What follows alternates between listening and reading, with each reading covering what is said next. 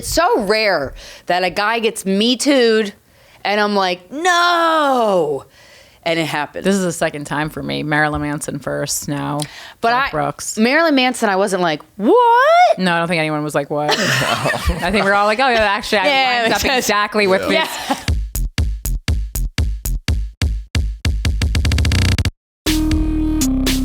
Welcome to Guys We... Hello, fuckers. How you doing? Don't talk in a hallway when there's a podcast being recorded. Welcome to another episode of Guys We Fucked. It's the anti-slut shaming podcast. I'm Corinne Fcker. I'm Krystyna Hutchinson. Welcome to our show. Wow, you can have road rage not in a car. Yeah. And Krystyna just exhibited that. Yeah. Oh, I love telling people to shut the fuck up when it's like appropriate. You know what I mean? I was proud. Yeah. Oh, it's great. Ooh, Guys, the teacher came out. If you want to email us, it's sorryaboutlastnightshow@gmail.com. Make sure to make that subject line interesting, engaging, but honest. We don't want liars. This email subject line says, I had surgery and now he won't fuck me. Oh, I gotta dive He's into gay. this. Yep. Just kidding. He's gay. Yep. Case closed. See ya. Over. This is the Guys We Fuck, the anti. It's just a homophobic podcast now. Yeah. Hi, Corinne and Krystyna, longtime fucker, first-time writer from Canada here. I'm 34 years old and feel as though I have grown into adulthood alongside you two. Aw. I've been listening to the podcast since 2016, and I'm very grateful to you both for the countless insights I have gained from your discussions. Thank you for listening for that long. I just want to pause real quick to say, like, it is an honor to be in people's lives for that long. It's a lot of work to listen to a podcast every week. It is a lot It's a fucking commitment. Yeah. So I haven't done appreciate it, you. so- I haven't done it, and there's so many podcasts I love. Yeah. So thank you. I'm writing today because I need your advice on how to make my boyfriend, let's call him Max, horny for me again. We have been dating on again, off again for 10 years and decided to give things another proper go in May of this year. We remained friends throughout the whole time we weren't together, and previous breakups have always been initiated by me as I have had concerns about our relationship. Okay. This time around, I fell back in love with him during a very difficult time in my life that he helped me through. That doesn't feel... Maybe you just fell in love with that part. Yeah, I was like, that feels like you were just in a vulnerable place. Yeah. I had been suffering from chronic pain for several years and was finally diagnosed with severe osteoarthritis in my right hip. Girl. Long story short, I needed a total hip replacement. Damn. Wow. Canadian healthcare is the worst of any G7 nation. As What? someone who has also lived in the US and the UK, I can confirm this. Serious? So naturally, I was dumped at the bottom of a years-long wait list and told I wasn't an urgent case, despite the fact that I could barely walk and was using alcohol to cope with the pain. That blows.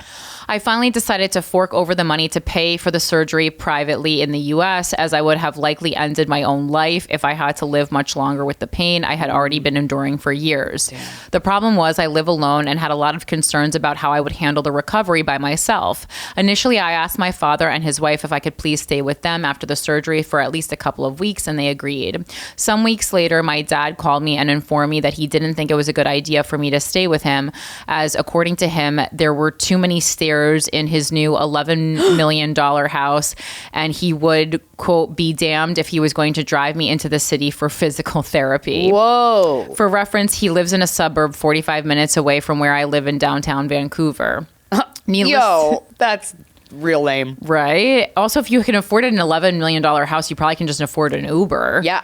Yeah. Needless to say, I was devastated and I panicked. I moved out of my parents' house when I was 18 years old and never asked them for money. So I was pretty shocked that they were unwilling to help at all in this serious time of need. I'm shocked too. In addition, he attempted to gaslight and invalidate my feelings despite my attempts to communicate with him in a calm, direct approach. It wasn't the first time my father behaved in this manner, but it still surprised me greatly. And I decided that going low contact with him after this enormous betrayal was the best thing for my mental health. Yep. My mom has also not been in the picture for many years now.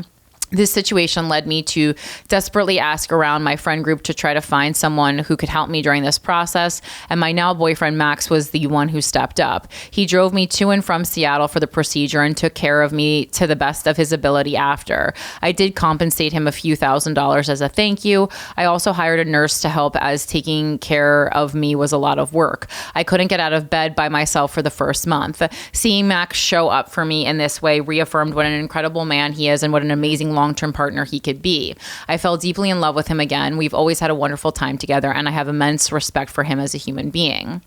Fast forward to now, 4 months after the surgery, I am recovering well and I'm walking without a cane. I have been able to have sex for a while now and would really like to get our sex life going again. We had sex once a couple months ago, and while he was able to get me off, he got in his head and lost his erection and he couldn't finish. Historically, this hasn't been a problem for him. Since then, we've had a couple of conversations about it. He originally expressed concern about hurting me, which I did my best to soothe and reassure.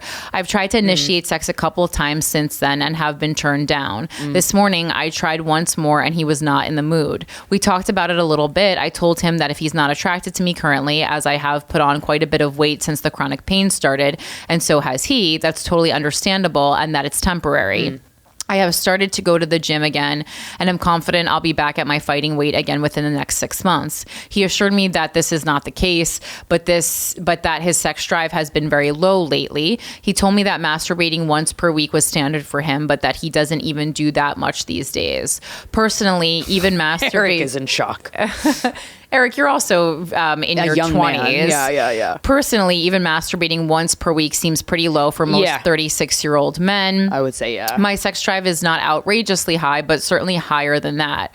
We have both decided to do sober October, so hopefully that will help, but I'm still concerned. I feel too young for a companionate relationship, but I absolutely adore Max, and I feel that I owe him so much. That's not a good dynamic. Ooh, that's not good. That's weird. And then he owes you dick? Like, that whole thing that sounds terrible. Yeah, you shouldn't owe each other anything. Yeah. What can I do to help the situation along? I agree with Corinne that talking about not having sex is a real bummer, and I don't want to emasculate him by pushing the issue too hard. It's not emasculating. Conversely, I feel emasculated by my boyfriend not being interested in fucking me. Yeah. I'm in my mid-30s and trying to be realistic about what I can expect from my partner, and there are a lot of things I have compromised on. I own a home / have financial stability while he has a roommate and lives paycheck to paycheck, something I understand. Vancouver is similar to NYC in terms of expenses, yet never saw myself being comfortable with. But I would much prefer a good person with no money to a bad person who is wealthy. Absolutely. This does, however, mean that it probably would not be in my best interest to marry him,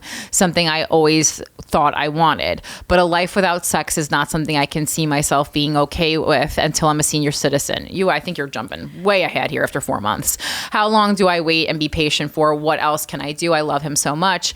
Any help you can provide would be greatly appreciated. And thank you again for all you have done. Please keep my name confidential. I would be very grateful. A loyal fucker.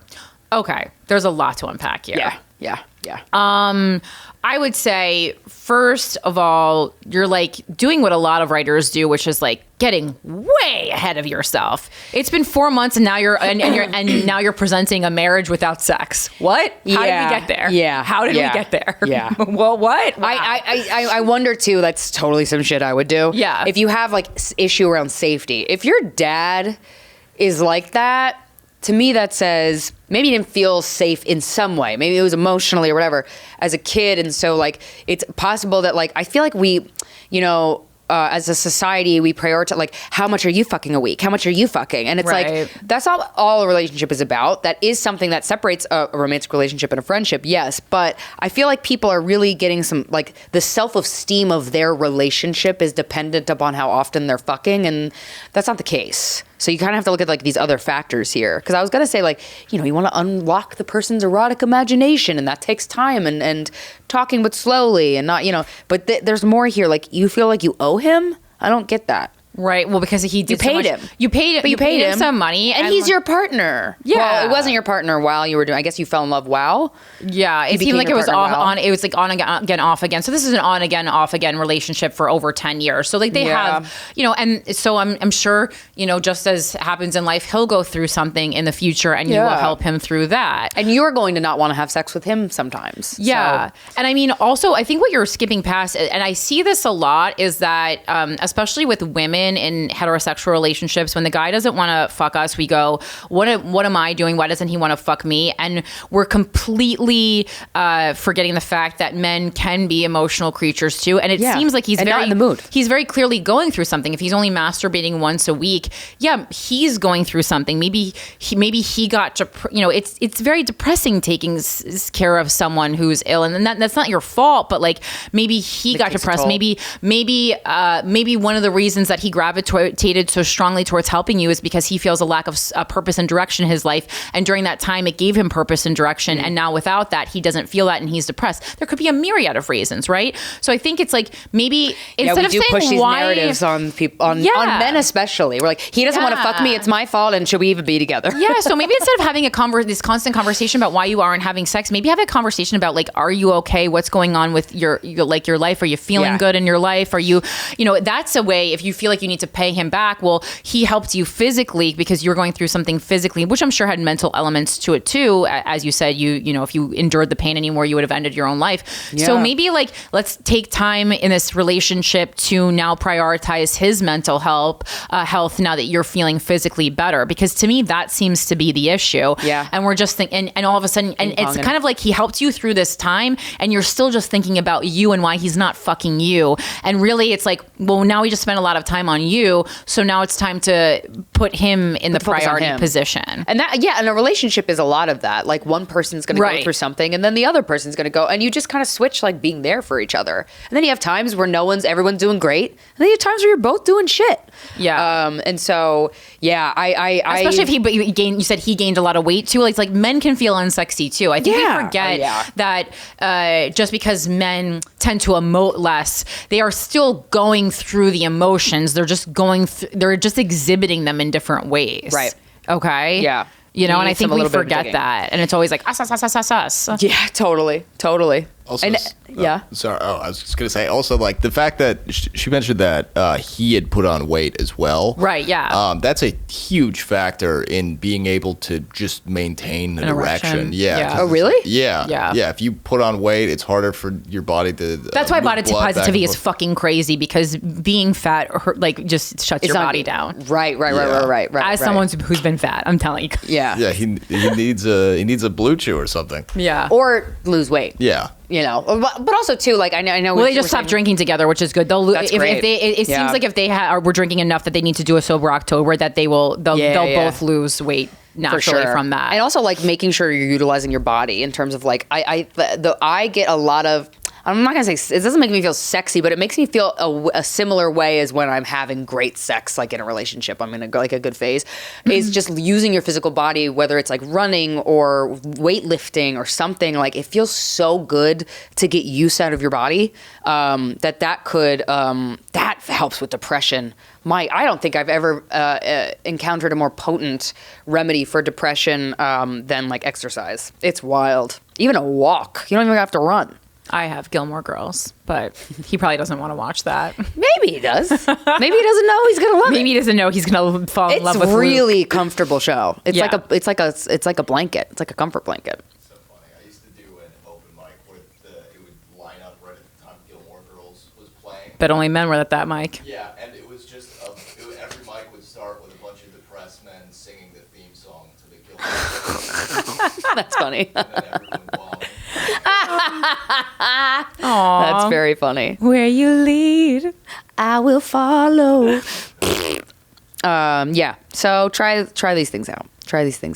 Yeah. I was devastated. Oh God, I want to take your dad and shake him. And also, I think you're also overestimating how sexual a 36-year-old man is. 35 is that kind of timeline when it's not for everyone. And I know angry men are my dick works great, but 35 is where it starts to you start to see, in my experience, and I've fucked a lot of guys, a little bit of a decline in how fast the erection happens. And you fucked a lot of guys in their 30s and guys in their 20s, so you really know. Yeah. I want to fuck a guy in his 20s. Yeah, so there you go. That'd be fun. All right. Okay. Come to Toronto on January 17th and 18th. Oh, I misplaced these days. I reordered them wrong. If you are in Tulsa, Oklahoma, January 10th and 11th, I'm going to be at the Looney Bin. And then I'm in Comedy Bar in Toronto. It's January 17th and 18th. I have a Patreon. Did you know that? I've never talked about it. Once a week, we hop on Zoom and talk about whatever is ailing you, whatever's haunting you, whatever you need to talk out. And it's so, God, we've been having such fucking great conversations lately. Like really juicy scenarios are being presented. And I'm just like, fuck, how do we figure this out? And it's such a good space. It's the only space on the internet that I leave feeling better than when I started.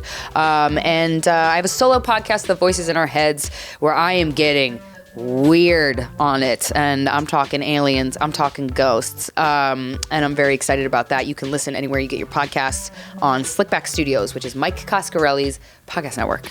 Oh, Mikey. And as you know, I have my political podcast, Without a Country. We live stream on YouTube every Wednesday at 9 p.m. Eastern Time. You can call in most weeks as long as I'm actually in the studio.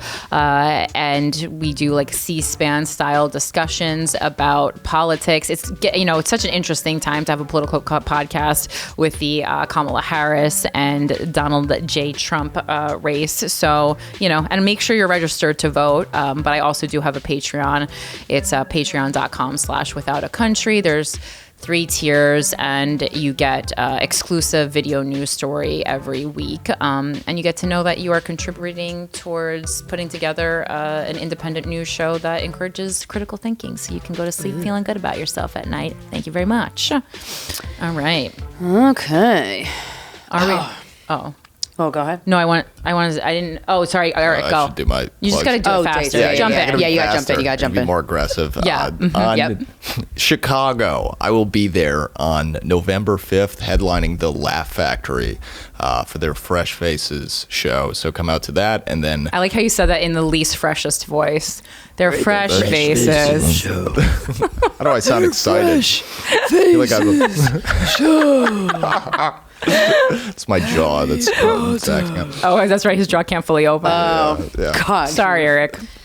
And Wait, is that it? no, I'll be at the Vixen in McHenry, Illinois on November 6th, right after. And that's a free show, so come see that. I'll be headlining there if you're in the sticks. They're flying you out for a free show? No, I'm there anyway. Oh, So okay. I said I'd go and headline this. All right. It's a theater in the suburbs. It's a very fun time. It's Wednesday. The drinks are very cheap, and I won't say anything about the clientele. Well, you just did. No, I talk shit. How to are you, them Corinne? What I've done. Oh, my God. Wow. I won't say anything about the clientele. Well, I'm good. Are we discussing Garth or no? I didn't know. Yeah. It doesn't matter which one. We could pick one, but yeah. Oh, like well- an intro. Oh, because you said you had some thoughts. I was curious to see. I know we talked about it before the Look, camera started rolling. I've loved Garth Brooks since a Thunder child. rolls. Lightning strikes, another love grows cold. The Indian Outlaw song. Wait, no, that's Tim McGraw.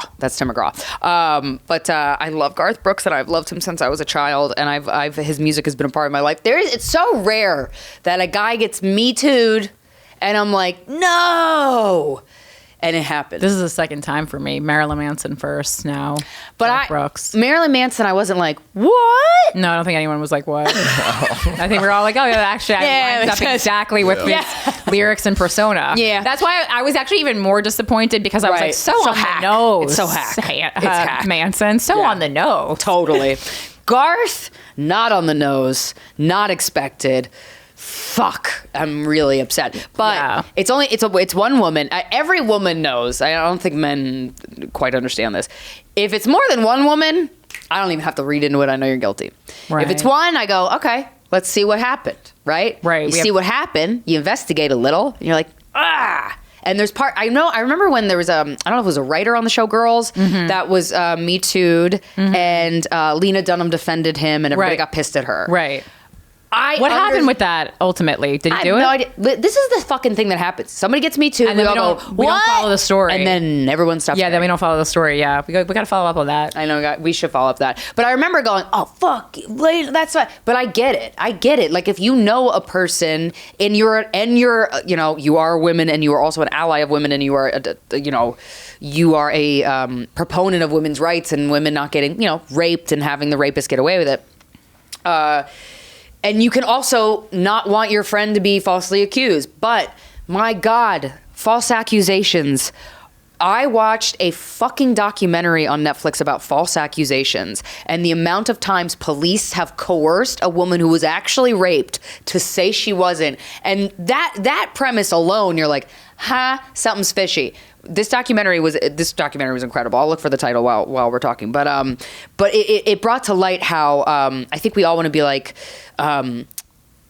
with the false stuff. Like we all want it. people want to think that it happens more often than it does. It hardly ever happens. And I feel like when it does, like a lot of times, unfortunately, there's like a racial element involved. That's like a lot more popular. Yes, like there's like, certainly a history of white women kind of, or white people in general kind of pointing the finger at people of color. Yeah. Because it's not like people are wrongly accused all the time. It's not specific to rape. Like if you follow the Innocence Project, many people, even in the past couple of weeks, were executed, because they'll go on long. States will go for long periods of time when they don't execute anyone, and then they'll execute like 2-3 people in a row. And that actually just happened. I believe it was in Texas. Yep. The Innocence Project works with people where there's either too many flaws in the court case, there's just too much evidence, saying, that they should need another trial because there's too much stuff that's murky in the case. Yeah.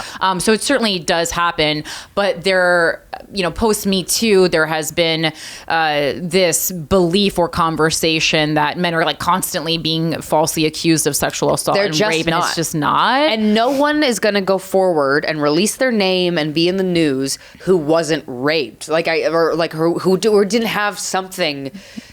Who wasn't violated?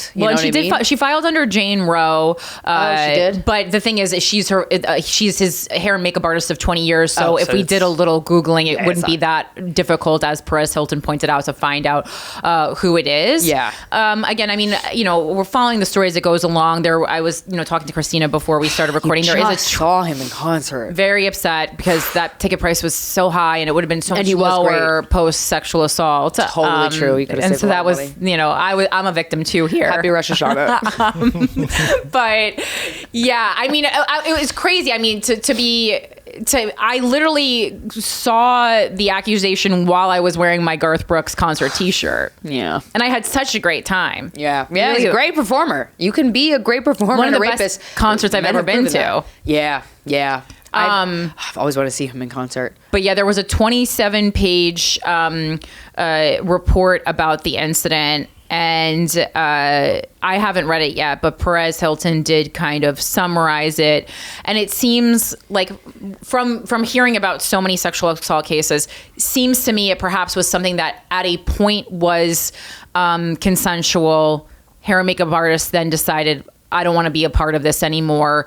And Garth couldn't take no as an answer. That's kind of my assessment. Yeah. Obviously with sexual assault cases, you're going into power play. This is a man of, huge, mega country music fame. Even though my 28-year-old cousin didn't even know who he was. What? And I was stunned. What? Yeah. Whoa. I don't know.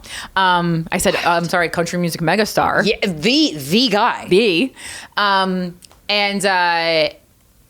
And then she had there's a part of the conversation where he had grabbed her phone while she was working on set for him and deleted all their text messages. So I think it's also this combination of trying to hide the affair from his wife, Trisha Yearwood, and also on top of hiding it from his wife, hiding it from the press, hiding it, when you have this kind of squeaky clean image. Because Garth, if you're not familiar with him, he has this squeaky clean good guy, which I'm always wary of. It does align with my thoughts on squeaky clean comedians. Any squeaky clean comedian is the worst guy I've ever met. Oh, really? Yeah, for sure. I wasn't surprised to find out that Garth Brooks might be an asshole. I was surprised to find out that he might be a rapist. Yeah, those to me are. I wouldn't be surprised if he's an asshole because he's just too famous. He's famous. He's a ham. He loves perform. The guy loves performing. He left his first family because he couldn't stay off the goddamn stage. Yeah. Oh yeah, that documentary. Yeah. God, right. His A&E, his A&E documentary or his A&E bio that I became obsessed with during COVID. I mean, man who has gone through the least amount of challenges of any A&E biography I've ever seen. He just wanted to become a star, and that's exactly what he literally did. got in the car, drove to Nashville, and then became hugely famous. Instantly. And so obviously this is a person who is not used to hearing no. Right, and that is that combined with fame is very dangerous. Yeah. I think every human ego, you cannot escape these factors, these facets. But he's trying to go into the same thing that they always go into, which is framing it as like, we tried to handle this privately. She wanted money. Maybe I'd want money too if you dicked me over like that. I don't know, but I wouldn't lie and say you raped me. Well, and there's a lot of like pieces of the story that are like he exposed himself to me, which to me is exactly like, we know like only like that type of older famous guy exposes themselves. Louis C.K. That's not. And like that's Totally. that's just Yes. the move. Yeah. Like Charlie. normal It's like guys don't do that. it's Normal their- guys don't just show up with their dick out. It's weird. It's almost like, yeah. get a load of this. It's like, nope, still don't want to fuck you. Like you have to be mentally don't ill wanna with fuck fame to just show up with it, your at, dick out. at the time I think of the accusations, he would have been like with a 58-year-old's body, like, Ugh. and he's never been in shape, even when he was very young. True. He's thick. Garth He's is a got thick 3 boy, Cs. 2 C's. Yeah. Ass like a shelf. But then, I'm trying to play it out fairly in my head. And I'm like, okay, she wants money, but I'm like, okay, well, but also if your occupation is hair and makeup artist for Garth Brooks, you're obviously not that talented. You know what? That's not a bad point. He didn't even have any hair. That's really funny. You should do a bit about that. That's very funny. And his face doesn't need no makeup. If you're Not like he wears guy liner. if you're That's a I great mean point. the guy doesn't, Yo, if you want to be a hair and makeup artist and put no work in, do it for a guy. because you're thinking I'm thinking oh, she just get hair and makeup artists are very sought after, but Yeah, not for dudes. but not for Garth. I mean, in the industry, when you only do it to men, they don't even really call it hair and makeup, they call it grooming. Because you're So just doing minimal. so little. You literally take powder and go, there you go, you groomed. Yeah. The amount of times when I've been at Fox News and the men go to sit in the makeup Yeah. chair, it's 2 fucking seconds. I come out, I'm a different person. I look like Jean-Benet Ramsey. Yeah, we're different people when we come out. I'm a different race sometimes. Yeah. And I said, please control that. Please blend the neck and the face. Yeah, I Please, said I would like to. When I come out of this chair, it should be the same race that I sat down in the chair as. Yeah. Sometimes Fox. they don't hear that. No. Whatever. No, It's they okay. don't. Yeah, that's true. That's true. That's So, true. You're not wrong with that point. Yeah, so I just How much fucking hair and makeup does that man need? Yeah. Does he have backup dancers or something? no. Wow. Maybe they need hair and makeup. No. Trisha Yearwood get hair and makeup. I mean, you could run like kind of like a boot scuffer over his head, and I think he'd be ready to go. I mean, Google Garth Brooks' hair. I don't think he has Scoot any. Boogie. Let's see. Garth Let's see if he Brooks has hair. hair. I mean, and I love Hard Luck Woman. No, Garth. No hair. yeah. God, he's such a good performer. Images.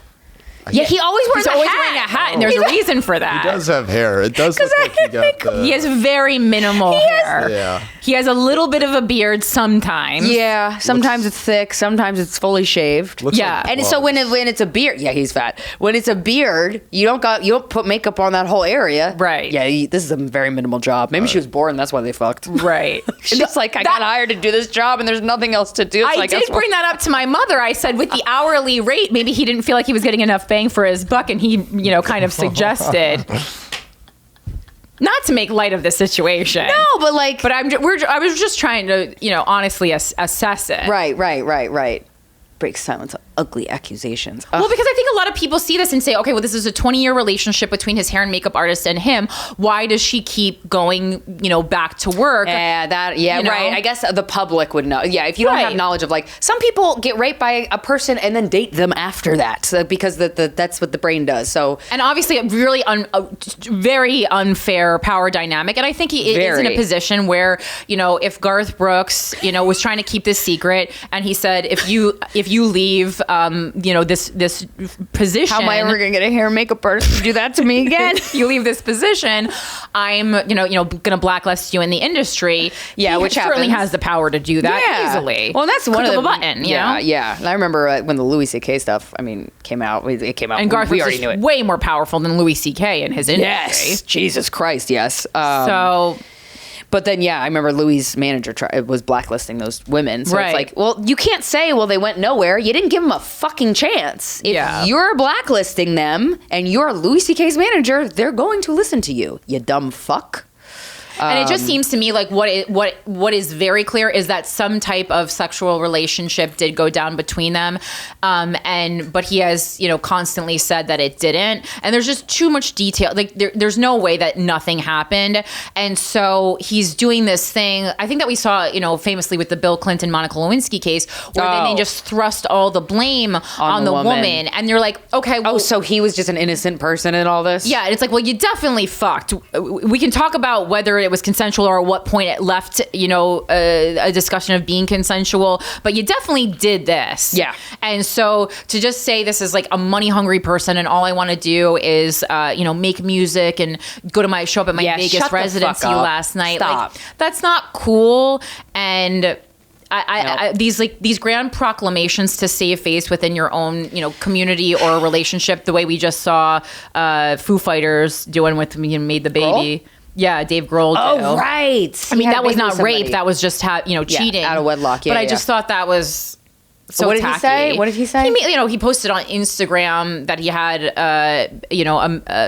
a baby with some woman he was cheating on his wife of many years with, and it's like, well, if you didn't post this, less people would know. Yeah. But it's this quest to maintain this nice guy image, because Dave Grohl also falls into that same he had a squeaky clean image, and that becomes then more important than the truth and the feelings of your own friends and family, which is so dumb. You're awful. Protecting a fake person. Exactly. Why would you do that? Yeah. It's so stupid. Instead of to step up and say, you know what, you guys thought I was this one person. I'm not. I fucked up. I got to go handle this. Yeah. God, could you imagine hearing that from somebody? A man, let alone? That'd be so nice. I remember when Arnold Schwarzenegger had a child out of wedlock with a nanny. Yeah. And he was like, yeah, I did that. Sorry. Right. And then they divorced, and he goes, yeah, that probably should have happened. Okay. And I'm like, okay. Look at you. Right. So it can happen. Yeah. Oh, man. Okay. That was a bummer. It was a bummer. Oh, Fucking bummer. Okay, where are we? We're right here? All right. It's not a bummer. Today's guests. And the love that they have with each other. Yeah, it's strong. They're both stand-up comedians. They were my former neighbors. They have one of the cutest children I've ever seen. And you're going to love them. This was such a fun conversation. Ladies and gentlemen, please welcome to the show, Casey Balsham and Robbie Slovic.